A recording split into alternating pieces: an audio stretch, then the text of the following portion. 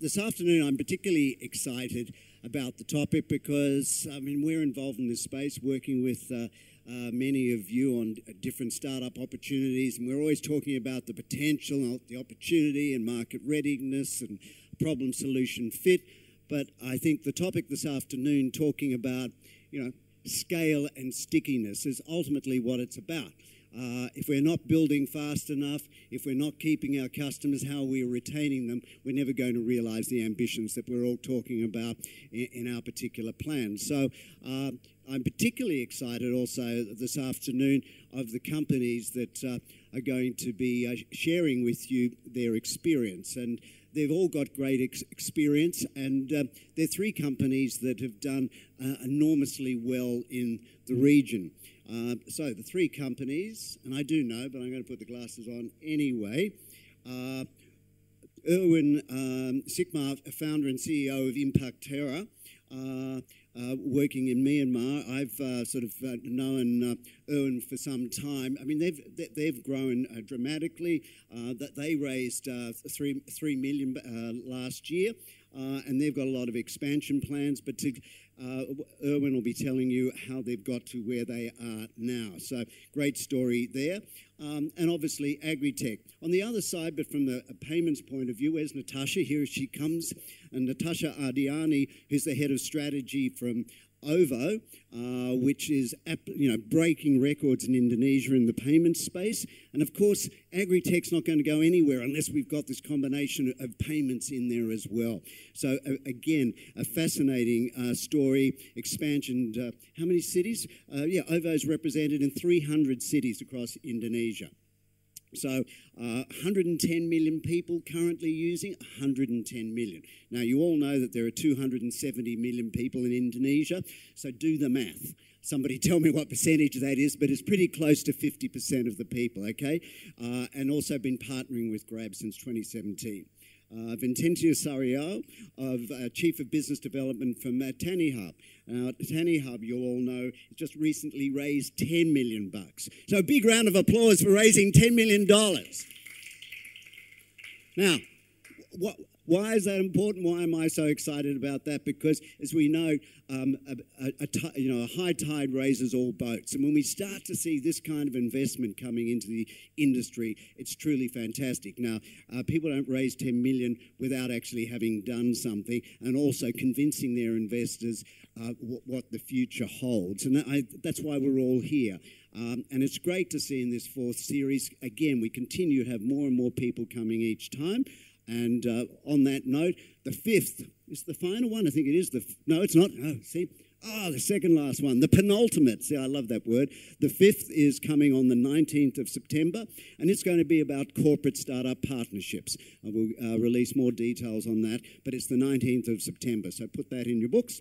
And so now that's just a sense of who we've got in the room. But Paul Vautier, who's the Director of Knowledge, he knows everything. That's why he's the Director of Knowledge. But more particularly, he's the Director of Knowledge and Innovation at Grow Asia. And it is Grow Asia that we're very proud to partner with this series, and also with Beanstalk. Rob is talking to Michael down the back there. Rob's working very hard on this program as well. It's great to work with Beanstalk. So over to you, Paul, to take us through what's going to happen this afternoon.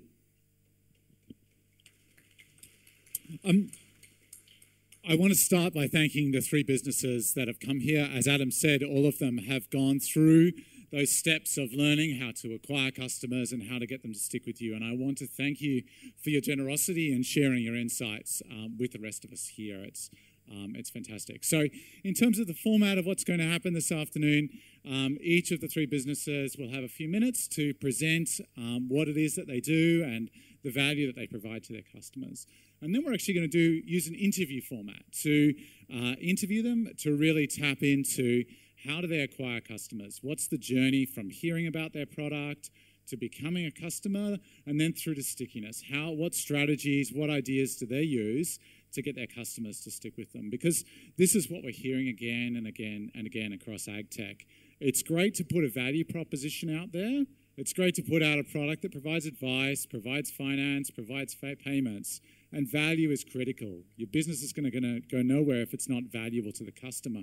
However, value only works when it's wrapped up in an acquisition strategy and a stickiness strategy. So you need a good product, but you also need some way to onboard customers and some way to get them to stick with you. So that's the topic today, is to really get inside these three wonderful heads and really understand how they've done it. So thank you, and I think we should start.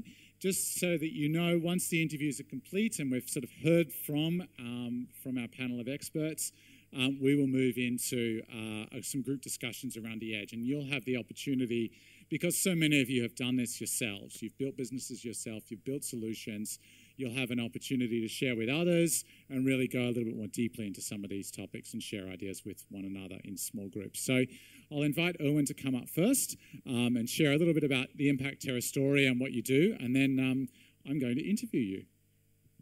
Sounds good.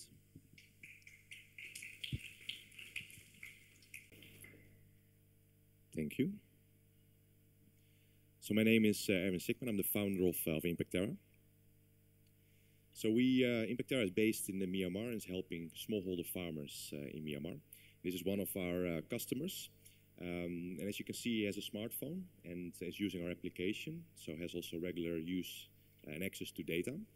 And this is not a unique situation in Myanmar. In Myanmar, the majority of the farmers now have smartphones, although low cost, and have regular internet access. So we're leveraging that connection to start supporting them. So we've built a digital platform which is called Golden Paddy. On the one hand, we connect the farmers, and we provide them with value-added services. Previously, we always provide them with advice and alerts and good agricultural practices, and now we're moving into data collection so that the microfinance institutes can provide loans to them. And that you also see on the other side, we're connecting the service providers to the farmers, and we help them by doing it on a low-cost and scalable way.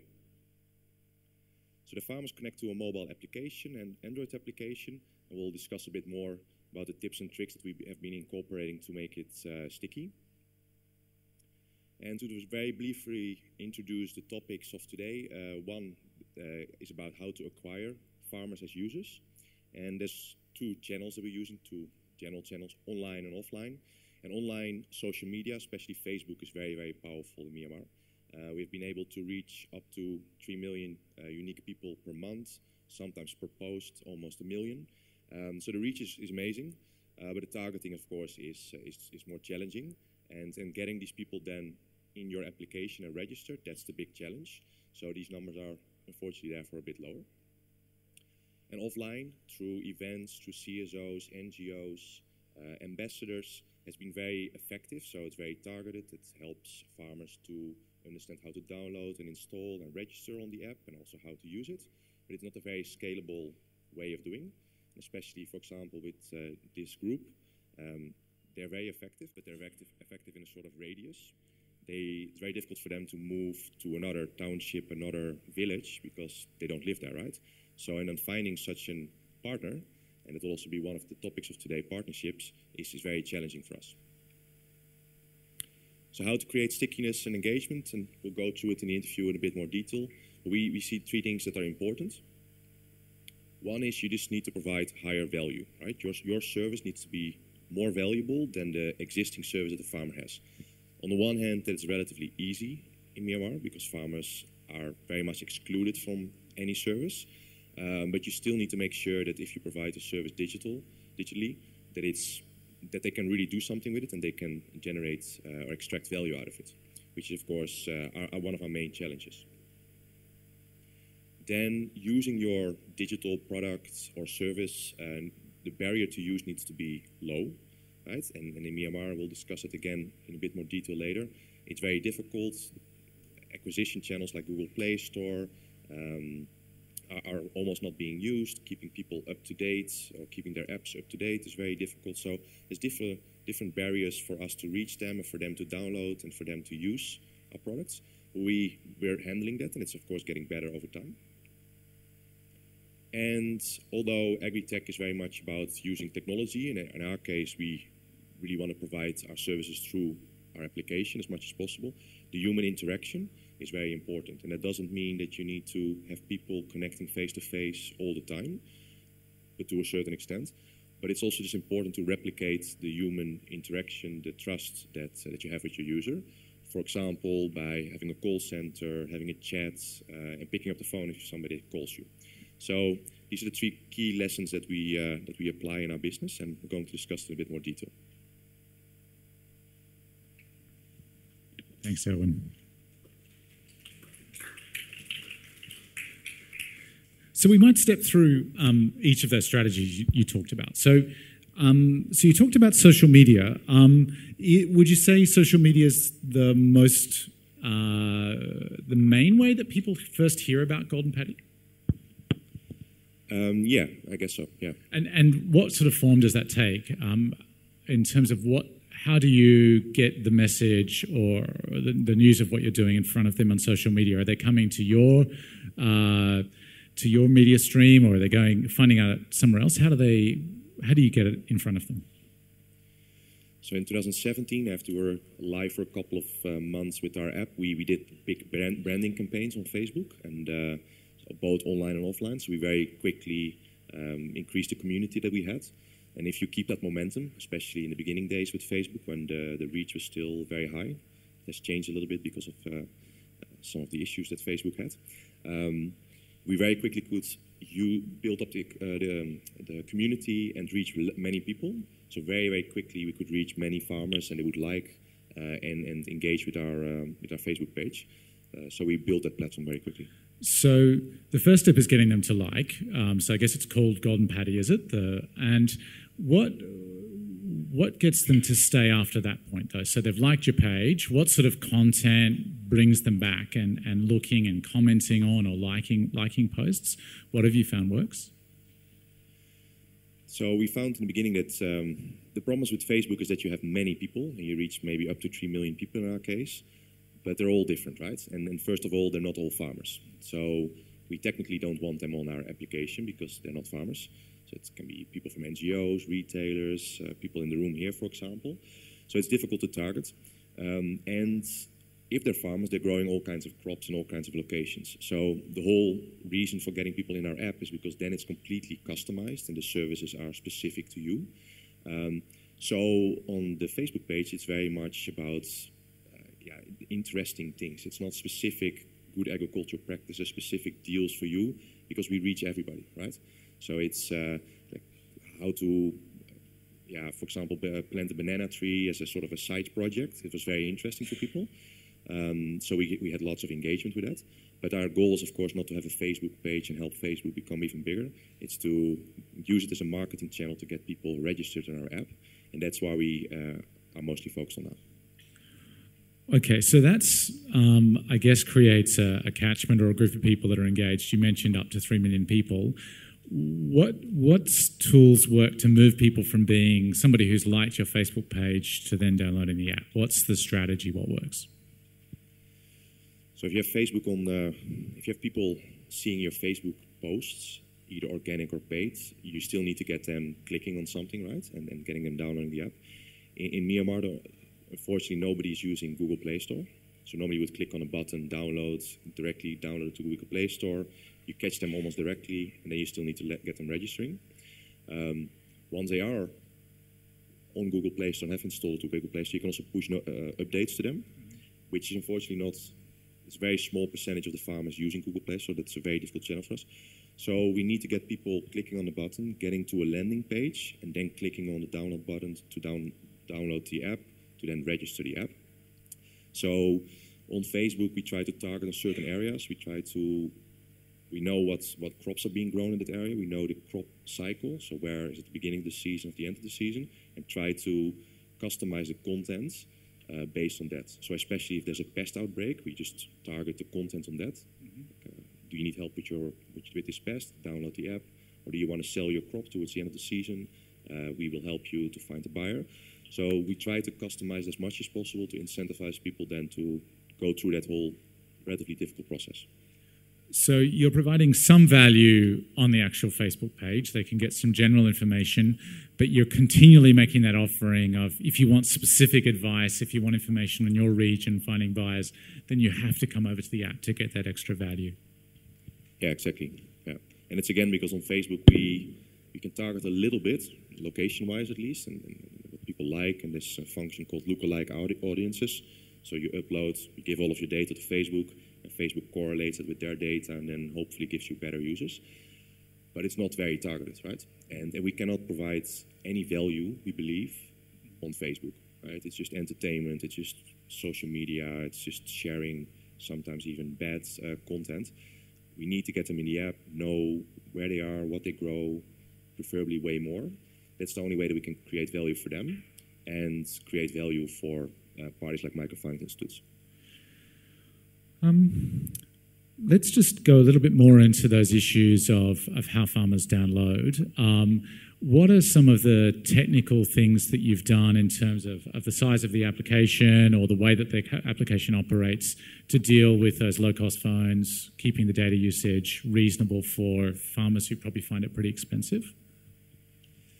Yeah, exactly. So farmers have low-cost, very often Chinese-made phones that come in through the borders, and they're pretty okay. But of course, the processing power is relatively low. The storage volume is pretty limited. So if they have Facebook, Fiber, which is a chat app, then we compete for the rest of the storage. So we kept the app size very small in the beginning, about 7, and now unfortunately it's I think around 10, because we have also lots of tracking in there now and more static elements. But it's still relatively small. So that's one. 2, we do selective synchronization. So only if you go into certain sections of the app, we download the information, so not everything in the one. Which keeps the data usage lower. Yeah, so you sort of go to the dashboard or the notifications and it downloads that, a couple of KB, for example. If you want to go to very detailed good agricultural practices or specific news or very detailed market prices, then it downloads that, but only on sort of on demand. And it also caches all the information. So if you're then offline somewhere in the field, you still have access to this data. And it only refreshes at certain intervals, for example, every 24 hours or every week.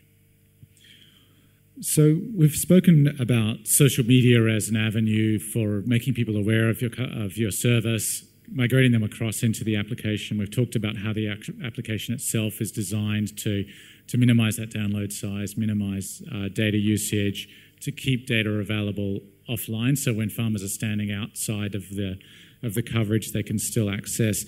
But you also spoke there about in-person acquisition.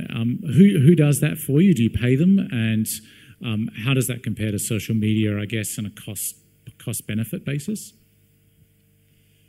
Yeah, so we do indeed also offline acquisition, so through events, but that's very sporadic because we don't control the events, through the NGOs and CSOs, civil society organizations. Some we just help their people, right? Help their community. So it's for free. They just distribute the application and onboard them. And we also have hired teams that sort of go to retail shops or specific locations to onboard farmers. The costs are a bit higher, but the stickiness is also a little bit higher. So I think we don't have enough scale yet to come to very specific numbers, but I would say the cost per acquisition is higher, but the cost per active user or the lifetime value is maybe lower. Okay. I just want to jump over to analytics and particularly stickiness. So you've taken customer on that journey. You've either acquired them through social media or in person. You've kept the app well designed so that they can download it easily. Now you've got them on board. How do you use analytics and sort of monitor your customers' behavior to improve the experience and keep them on board? So we have Google Analytics, which is now Firebase in the application, so we can track at least all the screens and specific buttons that we identify as events. So we can track all of that. And we also have notifications that we send, push notifications, where we can see if they opened it, if they read it, if they clicked on an action button, if they clicked on like or dislike. So this type of data we use, so we can do sort of campaigns. Similar to Facebook, you do a campaign to a certain group, certain content, and then see what the performance is of that campaign. So that's the type of things we test. So it's more campaign-based testing. And of course, if there's any specific issues that some features are not being used anymore, we investigate further. Okay, we've talked about social media, offline usage, using analytics. What are your other secrets? Is there something that we haven't spoken about that you think's been really important for why people have signed up for your service or why they've stuck with it? Yeah, I think the biggest challenge we have, particularly in Myanmar, is that you need to be able to consistently add value to the farm business, right? And what we now do much more is much more focused on one or two crops in one or two locations to make sure that within that ecosystem we provide way more services to them. So not only advice and alerts, but also get them connected to financing and then get them connected to a bigger buyer. And in doing that for very big areas, so having users acquired everywhere is making that almost impossible. So focus first and then expanding again is our strategy. So that geographic focus or that crop focus, that's not just about being able to provide good advice for that location or that crop, but actually having partners, like finance partners that can work in that area? Yeah, because at the end of the day, advice and information is useful, right? But what we see is that most farmers need financing to buy better inputs and to hire labor, to invest in their business, right? So that's really the hook. And secondly, they need to be able to sell their higher yield, higher quality to a buyer. And buyers are not everywhere, right? And microfinance institutes in Myanmar are different locations. So you can have everywhere users, and we can give them all advice, but that will not materially change the farm. And therefore, we need to focus on areas where these partners are also available. Very cool. Thank you very much. I really enjoyed that, and I've certainly learnt a lot. And I'd like to invite Natasha to come up from OVO and tell us a little bit about how you acquire customers onto your payments platform in Indonesia. And then I think, Erwin, you're going to interview Natasha, as I have. Thank you. Thanks, Paul. Great. So, do you guys know OVO? Has anyone heard about OVO before?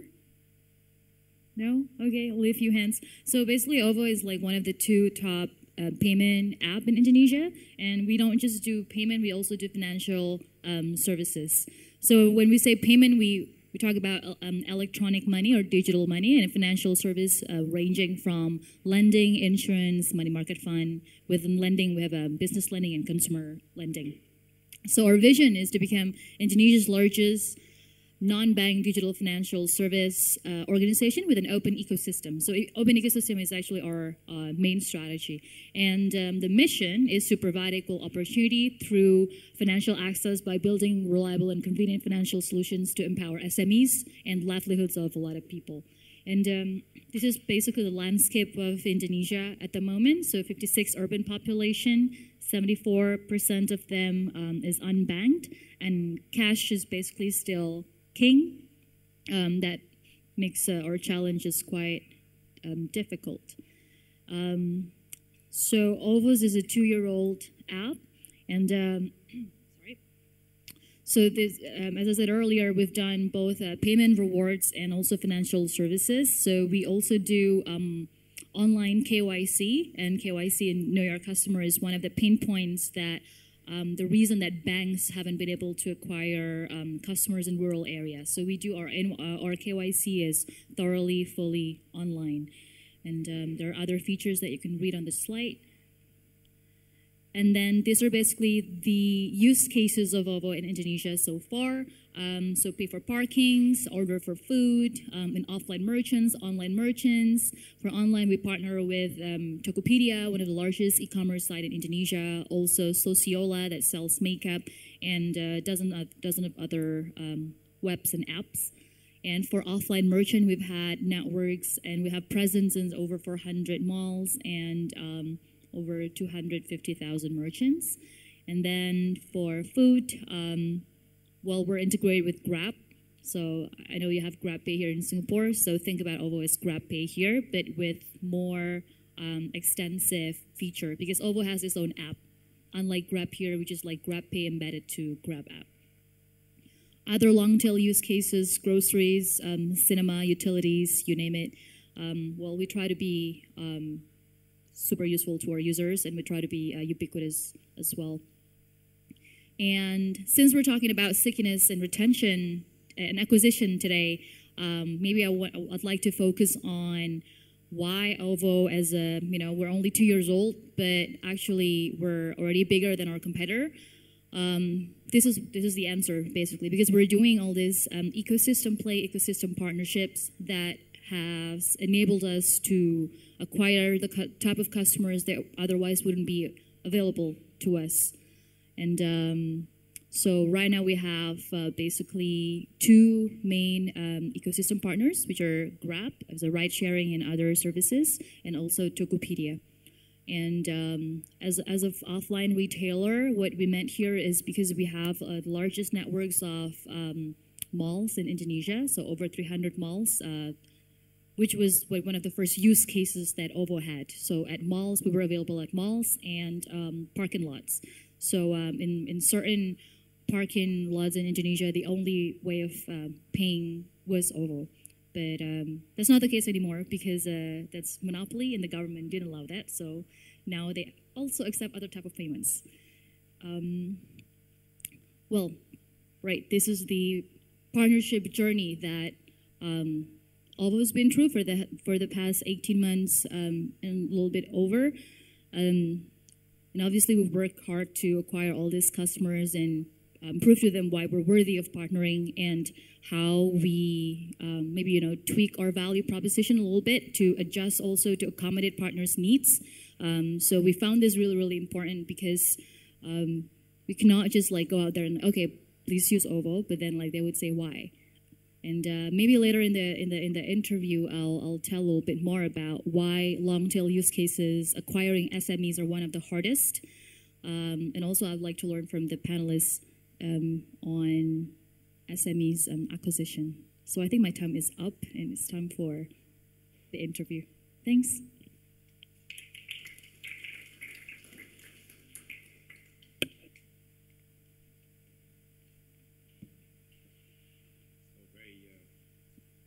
Very impressive growth. One first question I had, how did you come to the product? Because of course, getting the partnership and acquiring very quickly is really amazing. But how did you get to the product that would fit so quickly as well?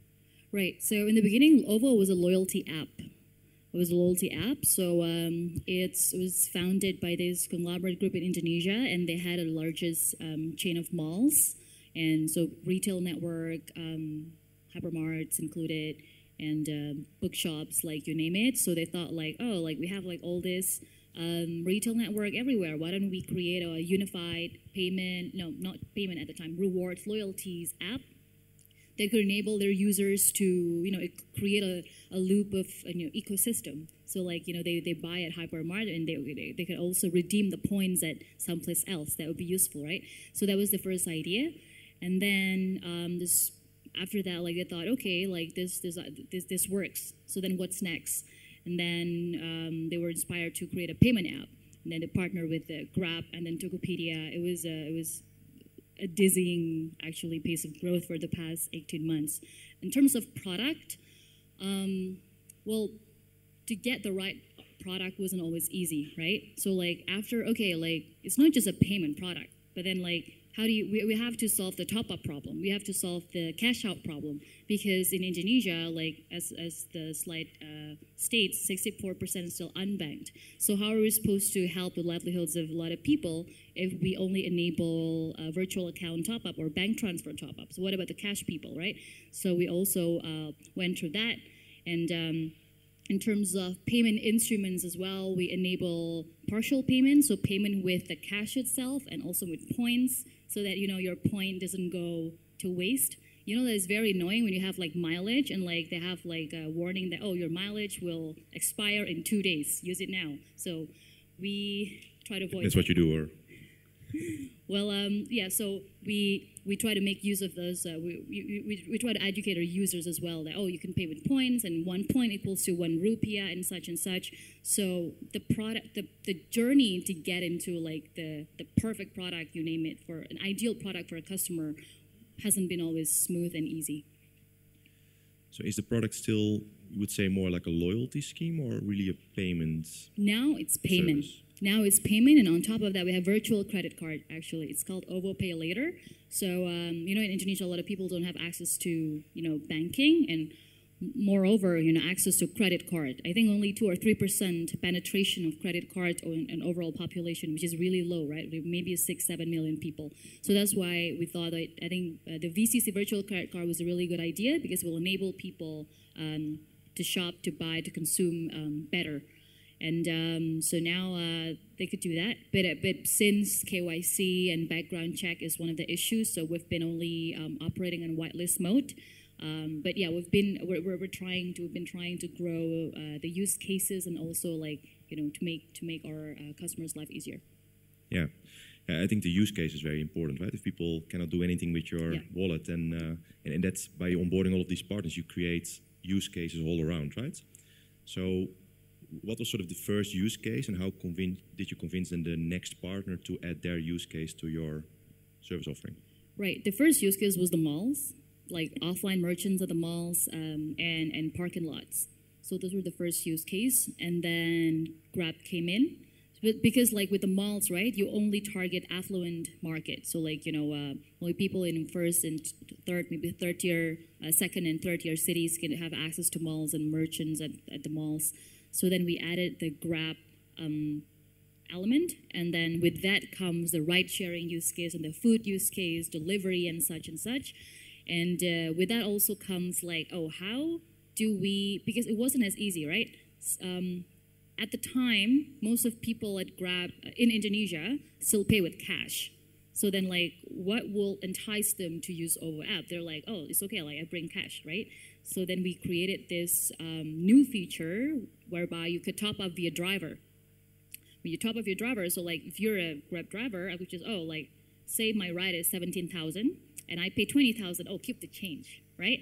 But then you are incentivized by Grab to say that, to tell me that, why don't you just top up your OVO, minimum 20,000, and then, you're gonna get your change in a digital form. It's quite easy. And also onboarding people from Grab app. So not onboarding people, so more people with Grab app is could easily access OVO from their app. So it makes the whole experience quite seamless. So that was a Grab use case, and worked really hard for it. And then came the Tokopedia use case, the e-commerce use case, which was a totally different type of use case that also has very different type of behavior of the customers, right? Because with Ride, you use it 4, 6, whatever times a day. For e-commerce, it's more about maybe once a week on average. So, and for that comes a whole other type of problem, because for e-commerce users, they don't necessarily live in area where where they have banks or where they have access to topping up. Right? Yeah. So did you have to change the products or customize the product for these different use cases, or was it more together with the partner figuring out how to fix, for example, the cache issues and the use case itself? I think we solved those problems together because we were we're in this partnership, and it wasn't always easy, and it is we had to change the product, but not change more, we improved the product. And we are still actually improving because we still have a lot of partnerships on the pipeline. So not just on lending, but also on insurance and money market fund. So, to also educate people that so people without banks, imagine people unbanked, now they can just put their money in OVO and they could save and they could invest. So we will provide people that opportunity in the short term. Yeah. Yeah, I guess for partnerships to work, it needs to be win-win, right? And and there's no perfect product market fit directly. Yeah. So I guess you did lots of business development, lots of partnership development, figuring out how this could work. So for Grab Taxi, most of us know indeed people use cash or people use Grab Pay. Why does Grab not use Grab Pay then in Indonesia, and why do they work with you? Oh, right. That was mostly about ownership issue, because a digital, e-money player in Indonesia, they have to be 49% locally owned. Yeah. Okay, so it's good timing as well. Yeah, I think it's a mix of the partnership was also because of the timing and also circumstances as well. But I think it's safe to say that OVO is an independent company and operates for its own good and benefit. And so we're an open ecosystem, right? We see. We'd like to partner with Gojek if they will take us, to be honest. So it's the type of mindset that we have. We're an open ecosystem. We play with everyone. We we partner with everyone we see fit. Yeah, and yeah, you already have 110 million customers, I think. So you're already at that scale, I guess. You can go a little bit higher, but at some point you might indeed, you have such a big partnerships like Grab Taxi, for example. Partnering with Gojek might then be very difficult, right? So how can you go further now? Like, what kind of partnerships do you now try to strike to grow further? Right. I think you're right. Like, to decide, like, how to decide what's the next big thing, what's the next partnership, what's the next feature to launch, right? I think we've been spending some time to really solve this issue, like how to go about like this next use case. What do people really need? And it might be cash flow, it might be business lending, might be merchant lending. So we plan to have them all, but it cannot be done at the same time.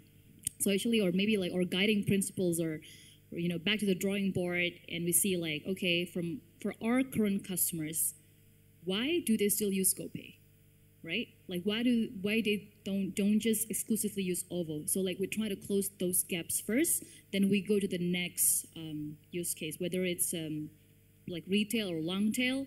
We basically try to solve those problems first. Okay, I think we have like 1 minute left. So for the partnership, like it sounds you really need to figure out how to help those bigger companies, right? So what's sort of your approach, and how big is the team that's working on it? The team for each partnership could range from like 5 to 20, depending on like how large and how complex the product is. And because it's a financial product, right? Because we're also supervised by the regulators, so we have to also answer questions from them. Yeah, it sounds like it's a lot of work, right? To really sort of consulting and figure out what they want, what they need, and then set up the whole model, including looking at regulatory affairs. So how did you manage to do that so quickly? Like, we see dots on the line everywhere in 1 or 2 years. How did you manage to do that? Well, as I said, it wasn't smooth at all. But I think, I think our team has grown really fast, like quadrupled between like in the past 18 months. So I think our partners, we've been like really blessed by our partners, especially Grab and Tokopedia, and we've got a lot of help. But yeah, it was a team effort, really. Good. I think we're out of time, but I think partnerships is definitely the way to go to acquire their users very quickly. Maybe especially in Southeast Asia, right? Because there's no one-size-fits-all like solution and or product, so that you have to like open yourself to possibilities. Yeah, I think for the next interview, it will also be interesting to explore what partnerships exist in more AgriTech or agricultural areas, because one of the challenges we're facing is that there's no, let's say, Grab Taxi in agriculture areas yet. So it's difficult to acquire their users for now. Okay, thank you very much.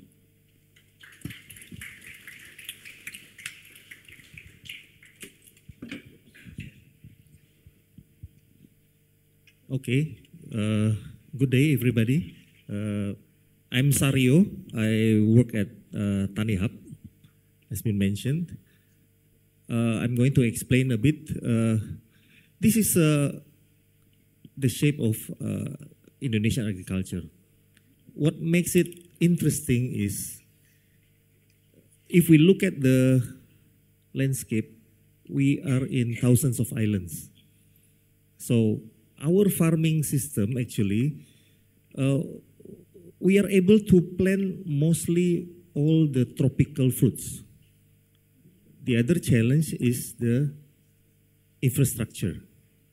One example, we have a very good avocado in Sulawesi, in Manado, but imagine the price there per kilogram is 18,000 rupiah.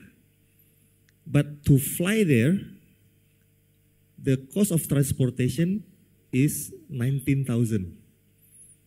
So actually what makes it more difficult is the island itself. So this is a real playground, the new challenge, a very challenging playground. Why we think that Indonesian agriculture is very interesting? It is the second largest GDP. 2019, it is around 800 trillion rupiah.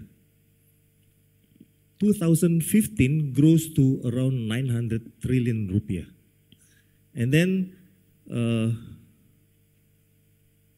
it employs the most people there is around 32 million. But what will happen? In 2013, the number of Indonesian farm it is around 80% of Indonesian land.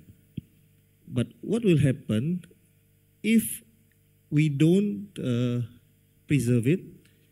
It is predicted in 2025 the farming ground in Indonesia will drop into 5% only. We can see now already a lot of farmings move and change into concrete buildings, malls. Why? Because farming in Indonesia still not a sexy industry. Mostly the farmers will tell their children, go to the city, get a good education, don't go back to the village, don't go back to the farm, don't work like me. So a lot of parents or a lot of farmers are sending their children away from the farms just to tell them that this industry is very challenging and not sexy. And what we see in Indonesia, we see that we are one of the most populous country. On one side, opportunity. It needs to be fed, right?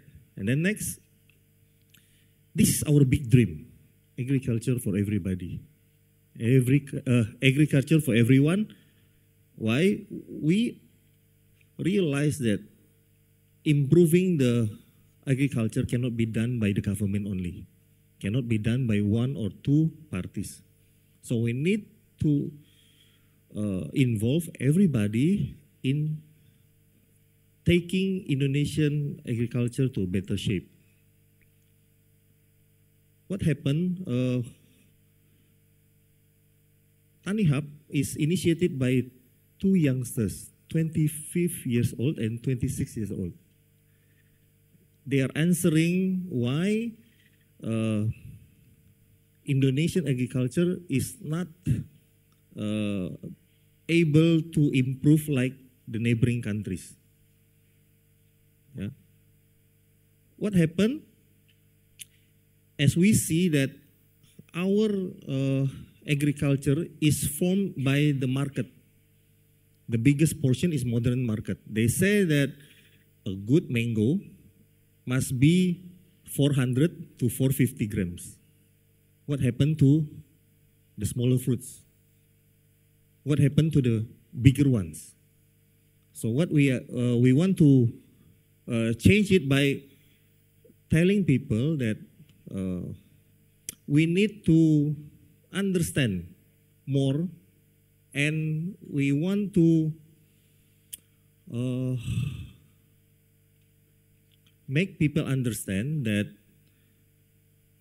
fruits or horticulture is not industrial produced item. It is produced by nature. So it has a lot of specs. So we think that the farmer also needs the access to the market. So what we are trying to do in the first step, the first stage, we think that we need to balance. What is produced by the farmers are in tons. What is required by the market is in kilo. So the first step what we do is we prepare the demand. And then next, as we prepare the demand, there is another challenge faced by the Indonesian farmers, which is access to funding. The smallest, Indonesian farmers, only 7% can access the financing by bank. So, because why? They are very traditional, they don't have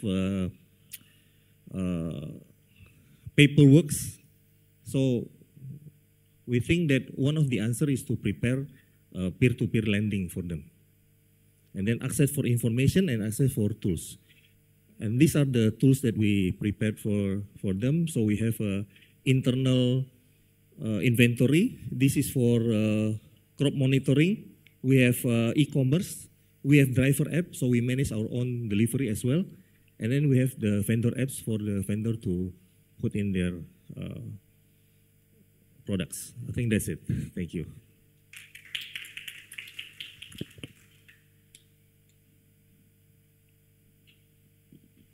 All right, really interesting presentation, Pak Saryo. So you said that earlier in our conversation that like Tiny Hub has accumulated over 30,000 farmers.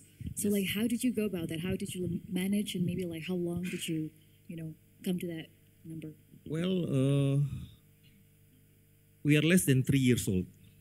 So it happens around less than 3 years ago. We started by having only less than 10 farmers. We grow the numbers by having our own in-house. And then next, we collaborate with other parties like NGOs. And as I've been mentioned before, we are also helped by the IFC to understand more the market and doing the research on the farms. And then through the agents, through the champions in the farms, as I mentioned as well, that Indonesian farmers shape, more than 35% is 55 years old up. Only less than 1% is aged around 15 to 25. So it's still challenging for us. Right. So what type of farmer did you first acquire, and like what did you tell them, right? Because like what was the incentive of like using this whole app, because it looks complicated, right? And then and was it like expensive to like teach them, educate them, assist them, and etc. until they stick to the app? Talking about technology, the low-hanging fruit is the youngsters. That's why instead of aggregating or we ask all the farmers to go together in the one room with all types of ages, and then we need to explain them how to access to the technology. We approach the youngsters. At first, we'll tell them, because for the youngsters, they tend to be more curious and they want to have a quick win, easy and fast access. So we recruit the young farmers, teach them how to use that. At first, we'll give them 1 or 2 tons, and then we'll force them by giving them more orders. Once they reach their maximum capacity, they will find their friends, right? So we force them to teach their friends by giving them incentive, that is the absorb of the crops. Right. Are all the farmers' characteristics the same all across Indonesia, or like say Java and Sumatra are like very different, and how do they differ? One interesting fact in Indonesia is we have 740 languages. In Java itself, we have 20 languages. One funny thing, like Surabaya and Madura, it can be crossed by a bridge, but it is totally different language, different food, different culture. So one funny thing that I find out in approaching Indonesian farm is, I think this is one industry that money cannot buy. Why? One example. We can come to the farmer and said, okay, can I buy your crop? They said, wait, let's have coffee. Let's talk for 2 days. We talk for 2 days sometimes. I say, no. Okay, can we start buying your crops? Wait. Let me tell you about my children. Wow, that's an acquisition strategy. Yeah. That is very tough because, sometimes there are we face very funny story. Yeah? one day they tell us, oh, your friend is coming to us, but I don't like him, so I will not supply. Oh, but does he offer you less price? No, no, no. He offered me more expensive because he said that I'm new, I want to show to my boss. But he said, I don't like your attitude, sorry, you go to another farm. So that is a very interesting fact that we find in the field. And as well, language. That is why we have in-house. So for example, to source in Central Java, you cannot use people from East Java. Totally different thing. They said that I don't know you.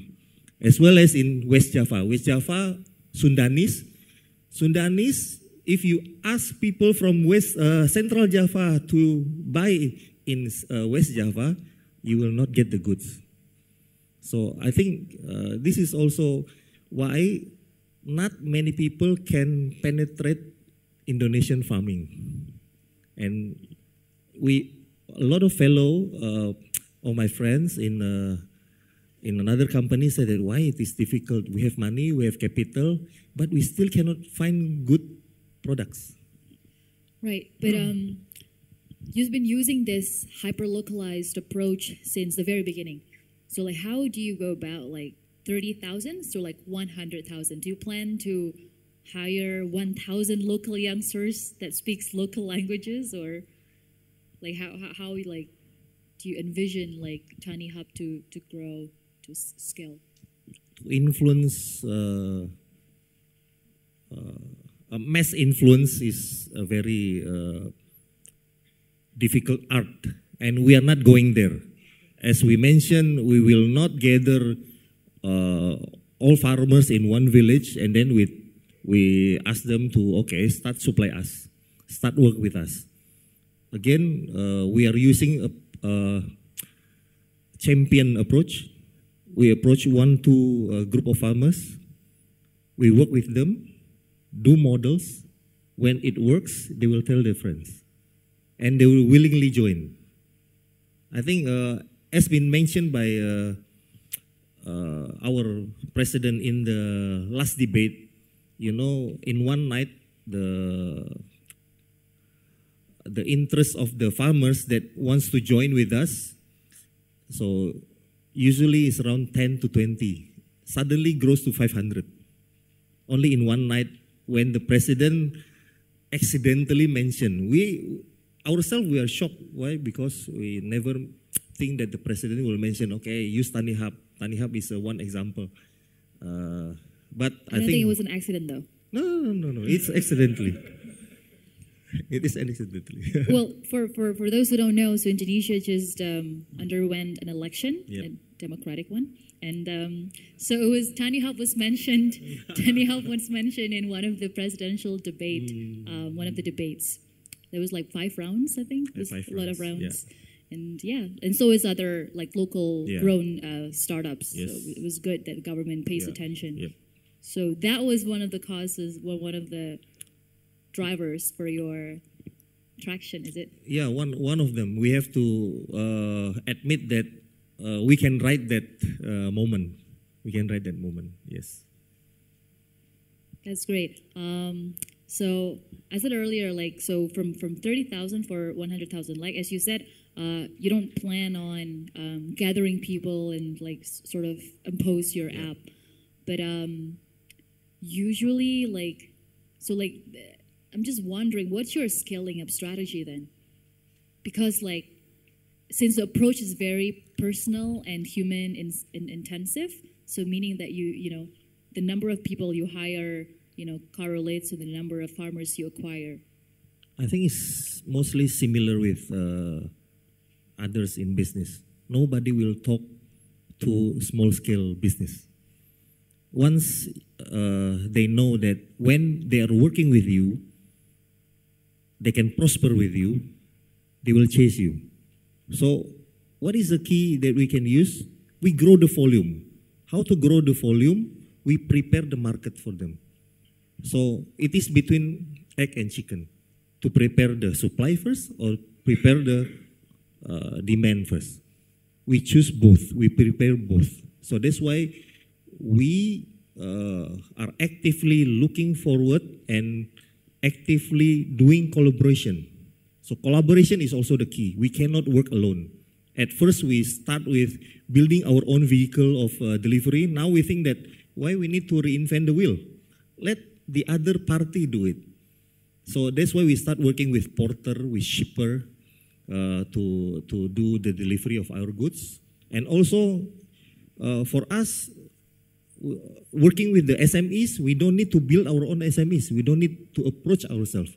We collaborate with another SMEs or another parties that is working well with SMEs. Like for example, we work with Mokapos, we work with Kasir. We have recently got a Grab Venture Velocity project as well. Mocha got acquired by Gojek. Agree. Good. For us, in the end, we don't want to jump into selling side.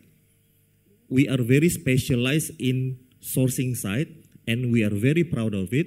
So we think that let us be specialized in the production side, and for the selling side, the key is collaboration.